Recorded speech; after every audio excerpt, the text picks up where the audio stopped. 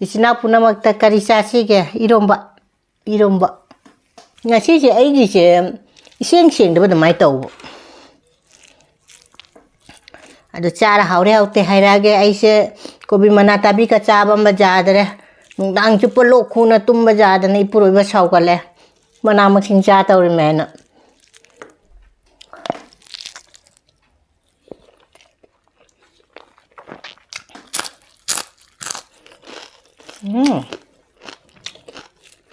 eromba ga ngari ga sidi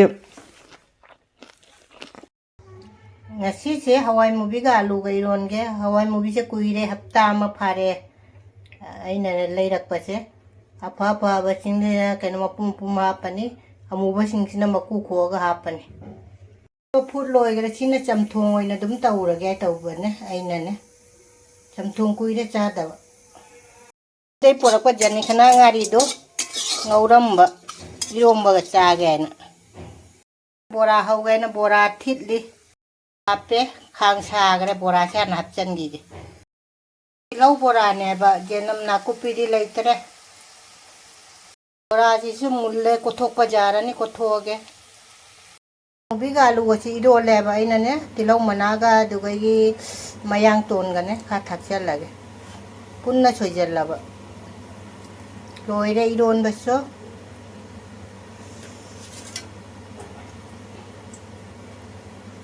bora si di khara haure aloi bei hauri sina aloi ba bora ne bora hauba su loire cha na ba thorang taurage sidi chamthong oina pore kuire chamthong chu cha da bane thau da cha sala di nuksa chu haigale da na jikte aduna chamthong oina kaina taure chamthong siga tugai gi ngari sina jani khana ngari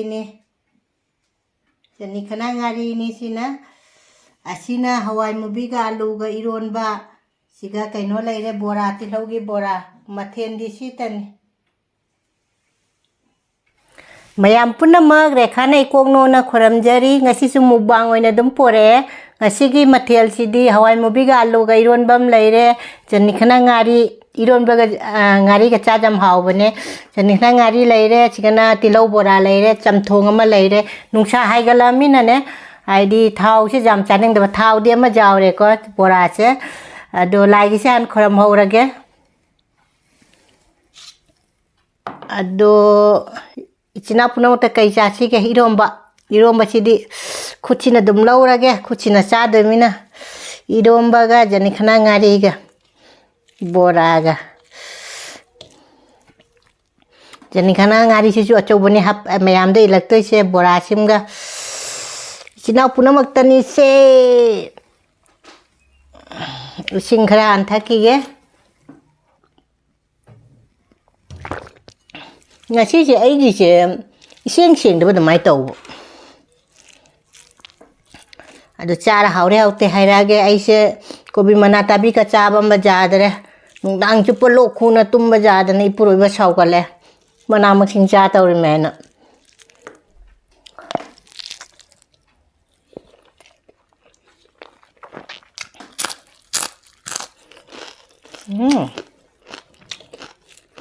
eromba ga ngari ga sidi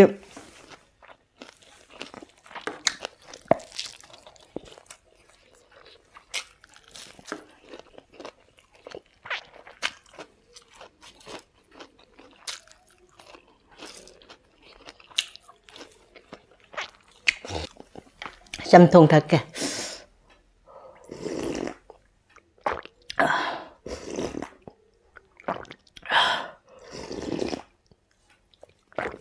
chamthong de kaino ga sajana ga hapim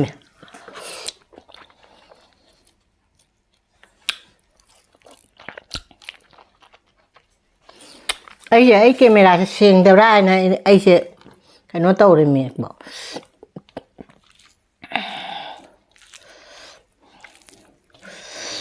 fajana eromba ga chamthong si chathara ngasiri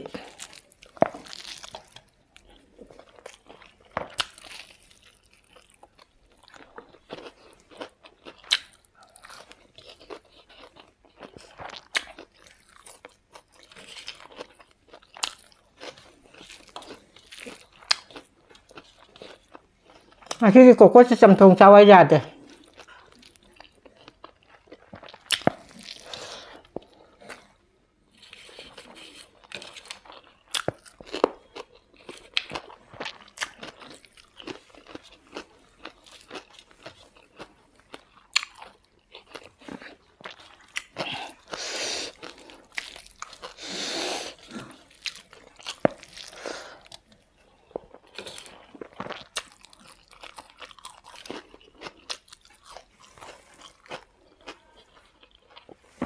Chamthong nó thạc bằng ạ.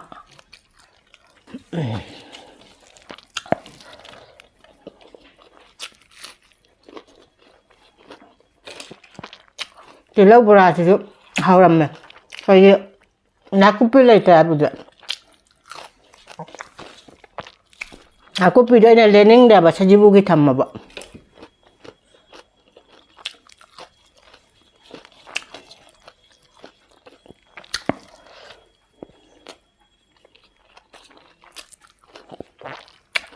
아이기 뭐 방지드냐? 아이기 노티기 짜자바 두냐 봐. 아두냐 뭐 방 타우자 hen 봐. 라이코 나네. 아두기 뭐 방 맞대 거.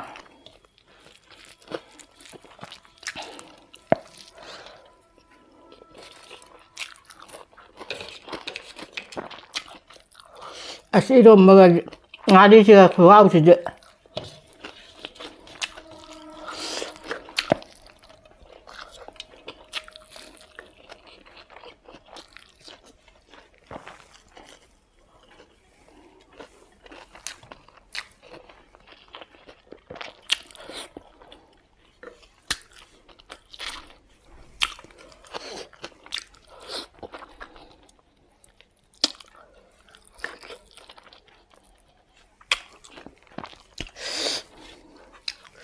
Chamthong với cha chứ.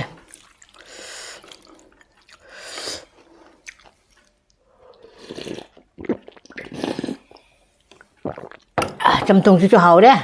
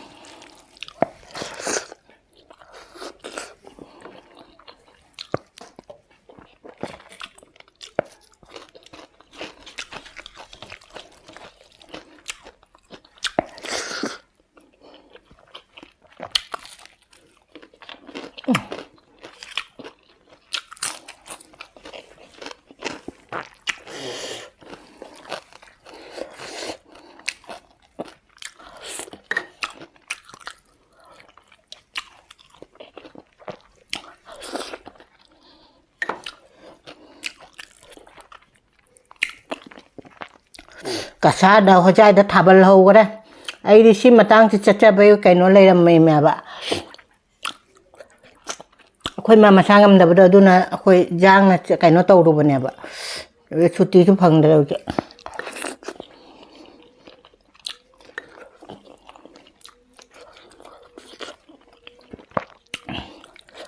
Ai giờ bún chi cái thả bal này đó trồng chơi được tí này bạn pi này đó trồng được tí là sao bây hôm kapok le sabi parak pada jumpa lah mina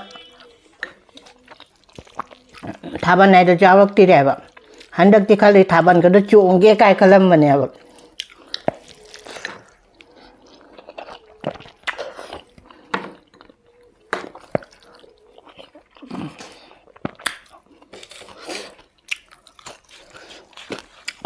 tham chon na ai thaban hau boi do mau na han ching mau na han thaban thua cái đúng mà tung đã đại xã biết sinh cái nó tàu đẹp ạ.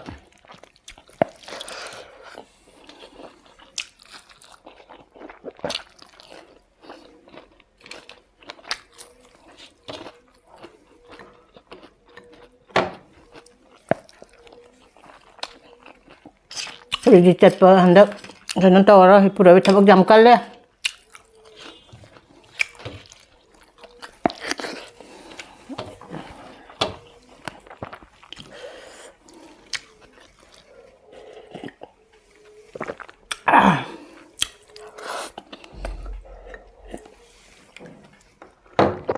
Chamthong cái cây khoang nè. hawaimubi cái thay này.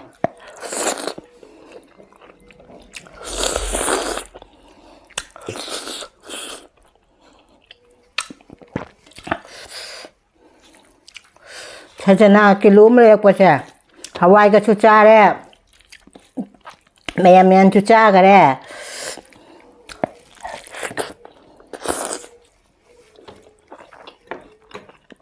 Idon ba chucha đấy.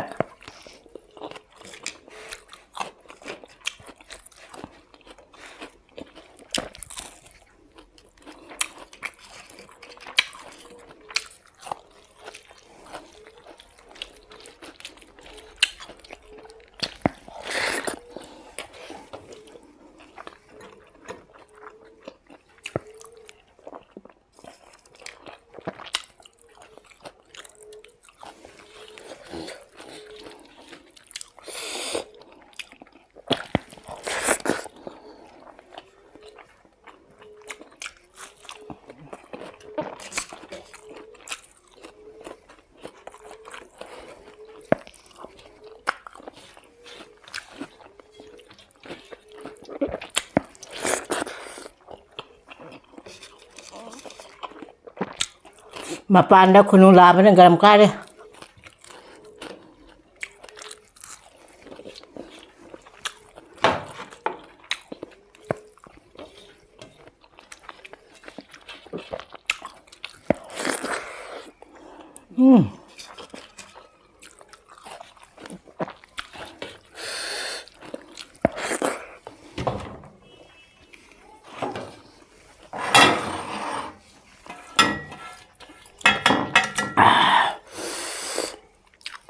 Bukan dah tak pasal pajar dah, siapa tahu dah.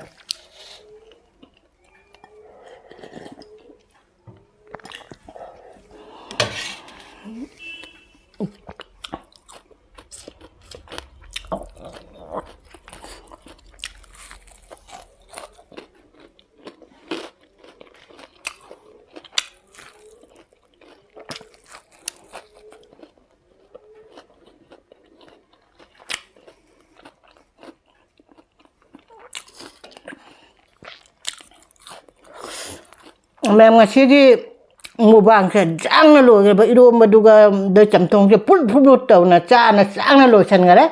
Kau tu hau ido madu na kau tu ne. Si bora se jam hau me tilo bora se kui de cha da ba. Chamthong je ne. Jang na pul tau na cha ngare. Ngasih di dum siga thamma ge matang mubang ne blok na una se ba.